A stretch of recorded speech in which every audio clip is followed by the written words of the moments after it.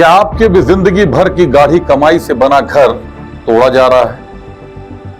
क्या प्रशासन का कोई बुलडोजर घर के सामने आकर खड़ा है? क्या आप खुद को ठगा हुआ महसूस कर रहे हैं?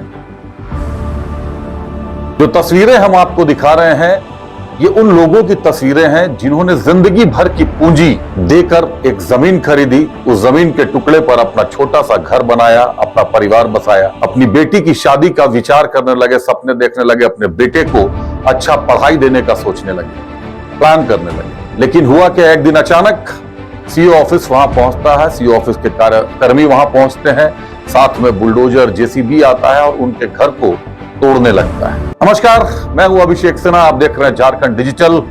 और इस वक्त जो कहानी मैं आपको बताने जा रहा हूं वो दरअसल गंभीर है, सोचने वाली बात है, क्योंकि हर कोई कहीं ना कहीं इससे जुड़ा है, कहीं ना कहीं ठगा जा रहा है। झारखंड हाई कोर्ट ने आज आदेश देते हुए हेहल अंचल की एक जमीन पर जो याचिका करता है महादेव उरांव, उन पर 12 लाख रुपए का जुर्माना ठोका है। संभवतः यह पहली बार हुआ है, क्योंकि याचिकाकर्ता भी महादेव उरांव थे और अवमानना याचिका उन्होंने दायर की थी। उनको अदालत से आदेश मिला था कि जमीन खाली करवाई जाए, उनकी जो जमीन है जिस पर वर्षों से किसी का कब्जा है।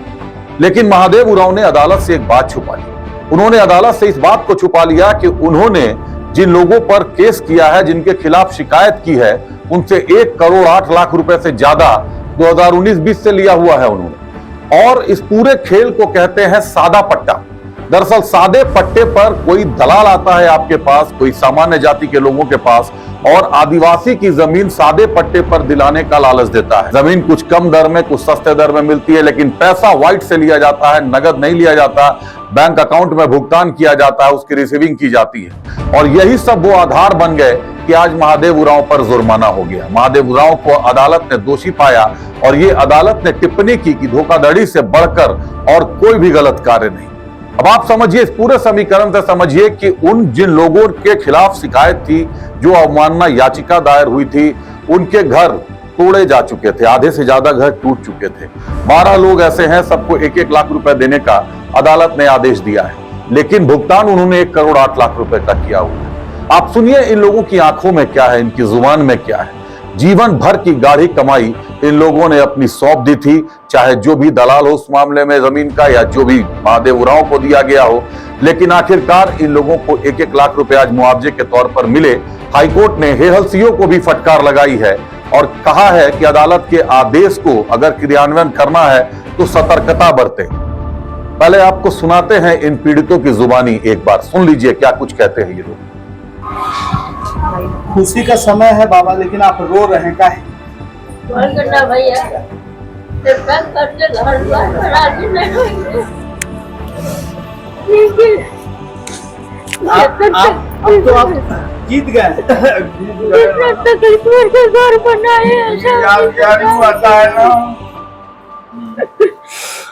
अच्छा, उसको एक खराब समय करके उसको 2 घर पैसा नहीं दिया, गिनौरी साहब वो लक्ष्मी साहब, उसको घर टूटने वाला था। गाड़ी पर मतलब जाके 2 घर पैसा नहीं दिया, उसी चलते सबके घर तोड़ दिया। मेरा घर तोड़ दिया, खाली कुछ सबके घर बच्चा ले, मेरा घर टूटा है। जाके 2 आदमी पैसा नहीं दिया। अच्छा रोइए नहीं, आप तो मतलब कोर्ट जो है आप लोग के पक्ष में फैसला सुनाया है। सबका खुशी है कि दुश्मन मेरा होगा उसी को नहीं होगा, इसी तो सबका है। अब आप उस महादेव उरांव की पीड़ा सुनिए। ये तो हमने आपको सुनाया उनकी बात, जिन्होंने अपना आशियाना बनाया था, जिन्होंने सपने देखे थे, वहां पे घर बनाया, परिवार बसाया। लेकिन महादेव उरांव 1993 से इस जमीन की लड़ाई लड़ रहे हैं। लंबी लड़ाई है, बहुत लंबी लड़ाई चली। उसके बाद फैसला उनके हक में आया। वो सीओ के पास गए, सीओ को उन्होंने आग्रह किया कि हाईकोर्ट से आदेश आ गया है सर, चलकर मुझे मेरी 45 डिसमिल जमीन दिला दें। सीओ आते हैं, जब घर तोड़ा जाने लगता है तब लोग विरोध करते हैं, लोग कोर्ट की शरण में जाते हैं, गुहार लगाते हैं। महादेव उरांव फिर से अवमानना याचिका दायर करते हैं। इस पूरे प्रकरण में लाखों रुपए दोनों पक्षों के फूके जा चुके। लेकिन क्या दोनों पक्षों को नहीं पता था कि झारखंड में सीएनटी प्रभावी है? झारखंड में सीएनटी प्रभावी है, आदिवासी की जमीन को आप नहीं खरीद सकते, यह सर्वविदित है। उसके बावजूद कुछ दलाल ऐसे लोग हैं जो बीच में पड़कर सादे पट्टे पर इस पूरे प्रकरण, इस पूरे खेल को रचते हैं, अपना कमीशन खाते हैं। न जमीन मालिक को कुछ मिल पाता है, न इन बेचारे पीड़ितों का पूंजी लग जाता है, ठगे जाते हैं ये लोग। और उसके बाद अंत में क्या मिलता है? अदालतों के चक्कर, तारीख पर तारीख, तारीख पर तारीख, और उस पर पूंजी इनकी लुटती रहती है। हाईकोर्ट ने जो आदेश दिया है, कहीं ना कहीं आज वो आदेश एक मील का पत्थर साबित होगा, एक मिसाल साबित होगा, क्योंकि बीच के जो ब्रोकर्स होते हैं वो खरीदार को, आदिवासी को पैसे दिलवा देते हैं, आदिवासी से सादे पट्टे पर जमीन दिलवा देते हैं, अपना कमीशन लेकर बीच से निकल जाते हैं। लेकिन बेचने वाला और खरीदने वाला उलझा रह जाता है, और एक दिन ऐसा आता है कि जो खरीदता है उस जमीन को पर, क्योंकि कभी भी आदिवासी की जमीन पर सामान्य जाति के व्यक्ति का अधिकार नहीं हो सकता, अदालत उसी के पक्ष में फैसला करेगा। लेकिन अगर पैसे आपने ले लिए हैं, जो सादे पट्टे पर आप हस्ताक्षर करते हैं, पैसे लेते हैं आप, तो उसका जुर्माना भरना पड़ेगा।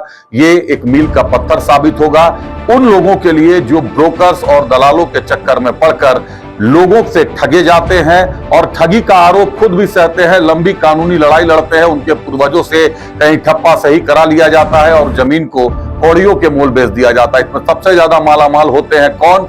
ये ब्रोकर्स, ये दलाल, जो लोग इस आदिवासी जमीन को खरीदते और बेचते हैं। और इसमें कई बड़े नाम है शहर के, कई बड़े शहर के नाम शुमार हैं इस कड़ी में। हम वो भी आपको दिखाएंगे, वो भी आपको बताएंगे कि किस तरीके से आदिवासी की जमीनों को कौड़ियों के मोल खरीदा जा रहा है और फिर उसको बेचा जा रहा है।